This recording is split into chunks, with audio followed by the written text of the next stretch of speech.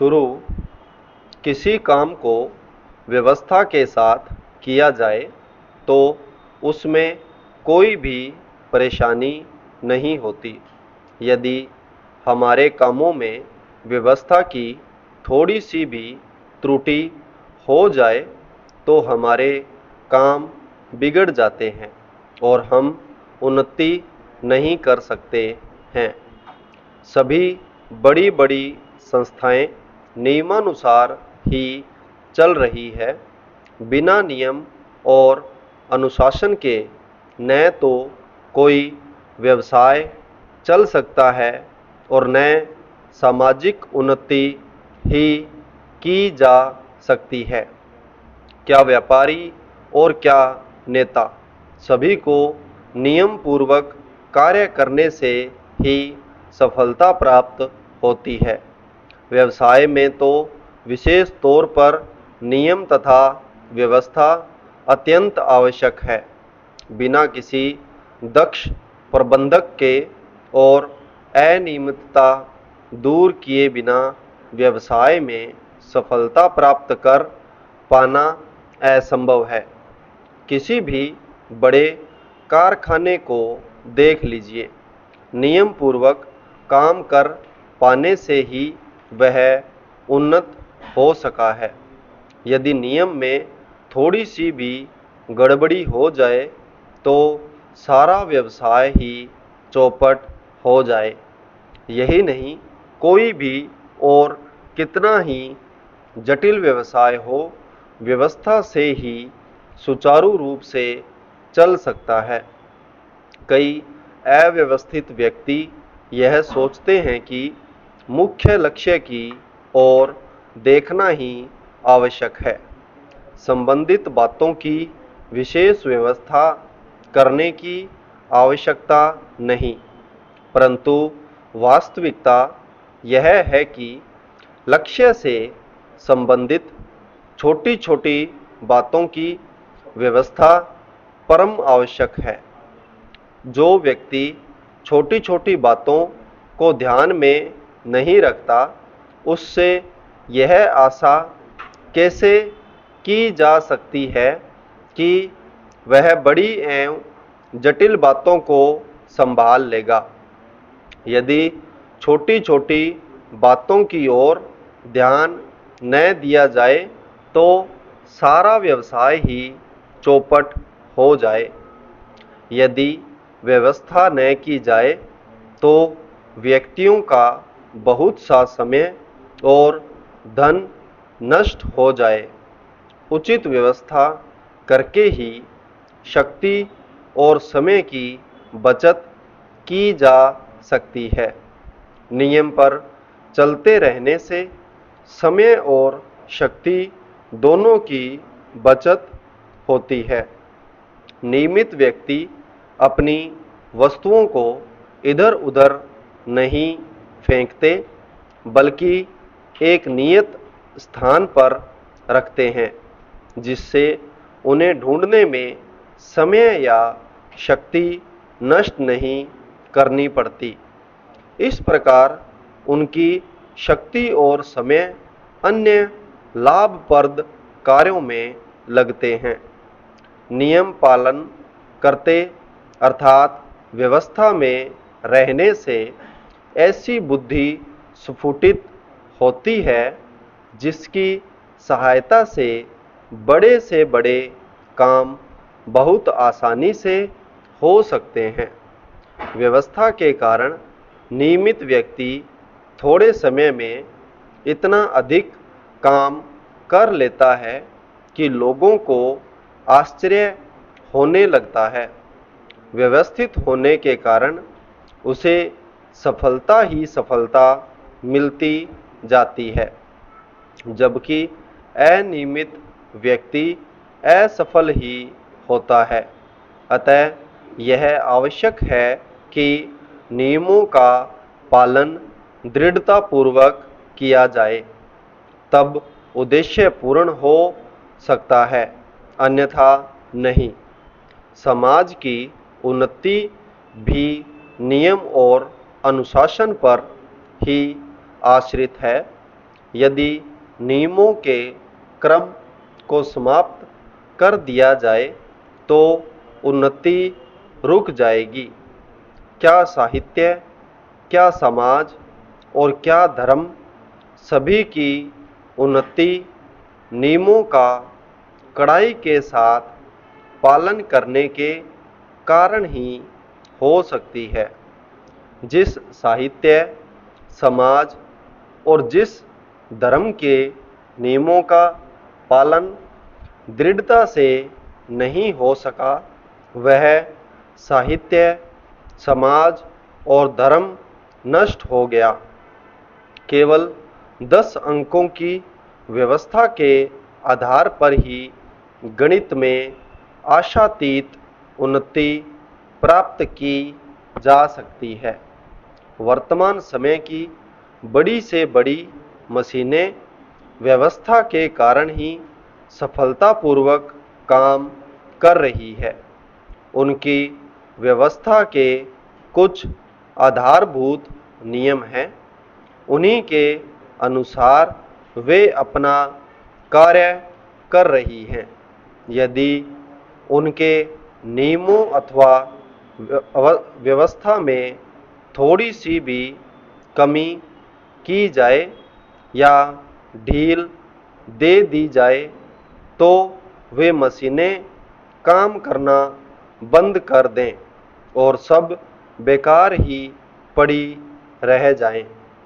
नियम द्वारा कठिन से कठिन एवं पेचीदा काम भी सरल हो जाता है।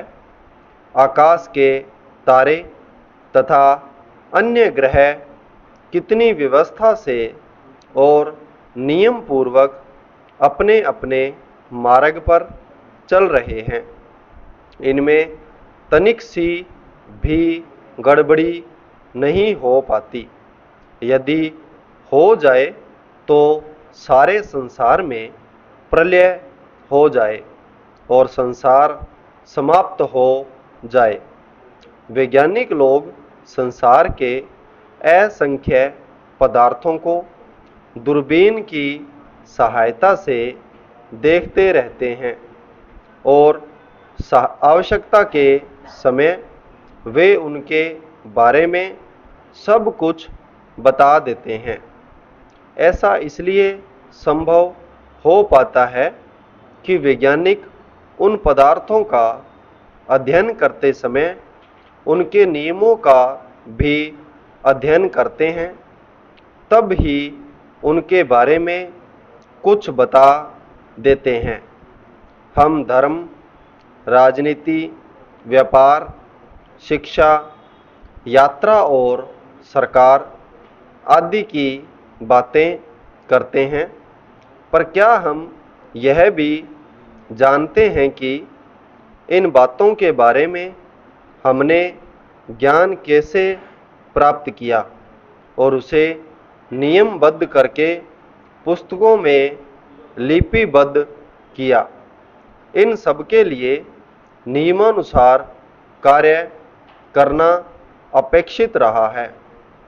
सफलता प्राप्त करने के लिए नियम पालन करने की अत्यंत आवश्यकता है।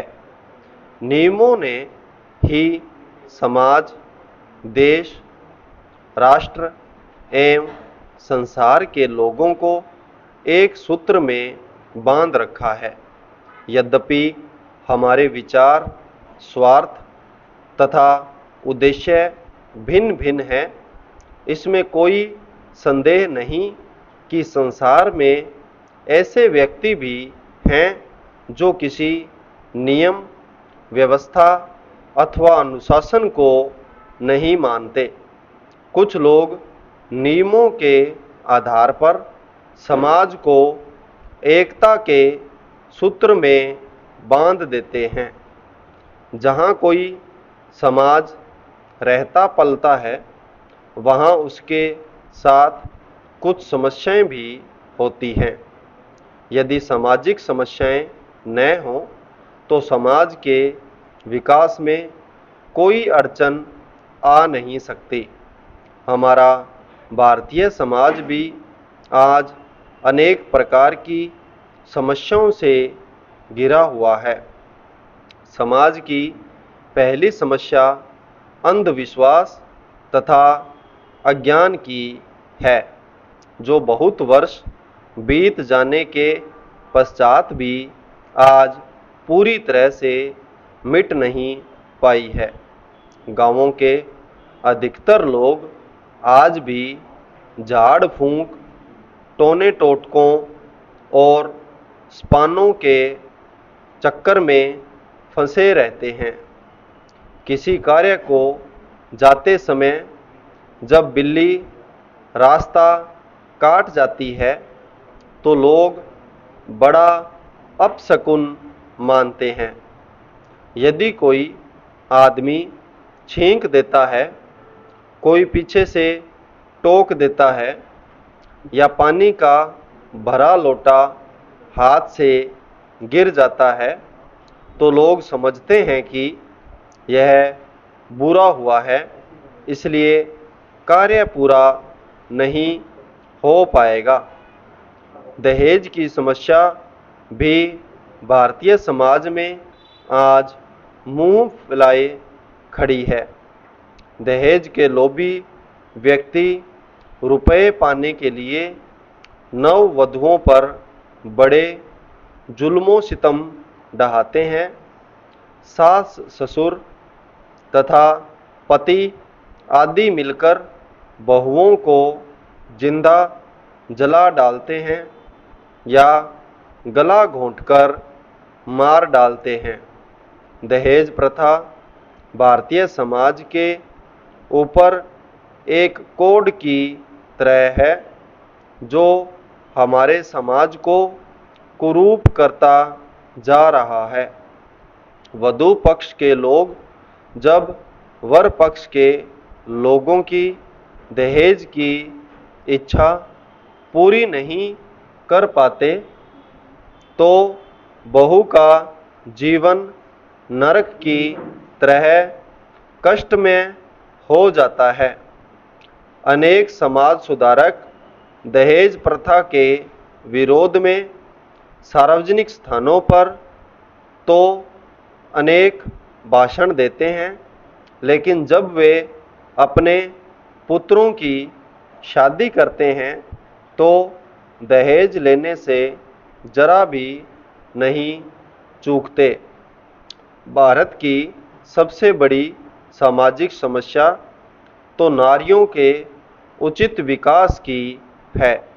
वैसे तो हमारे समाज में नारी के संबंध में कहा गया है कि जहाँ नारियों की पूजा होती है वहाँ देवता लोग निवास करते हैं, लेकिन भारतीय समाज में आज नारी के ऊपर भांति भांति के अत्याचार किए जा रहे हैं। आज भी पुरुषों का अहम नारी को अपने पैरों तले दबा देना चाहता है। वह नारी की अहमियत अपने से बढ़कर मानने को तैयार नहीं है। पर्दा प्रथा, अनमेल विवाह, बाल विवाह की स्वीकृति, विधवा विवाह निषेध, रूढ़िवाद, बहु विवाह की परंपराओं से चलने से नारी की स्थिति दयनीय हो गई है। कर्तव्यशीलता के नाम पर आज नारियों को जिंदा ही बलि पर चढ़ाया जा रहा है। आर्थिक स्वतंत्रता के कारण नारी आज घर की चार दीवारी में कैद होकर रह गई है। मुस्लिम समाज की नारियों की और भी बुरी दशा है। इस समाज के कानून में पुरुष को एक से अधिक विवाह करने की आज्ञा है, जिस कारण मुस्लिम महिलाएं जिंदगी भर अपनी सोत की ईर्ष्या का शिकार होती रहती हैं। संपूर्ण विराम।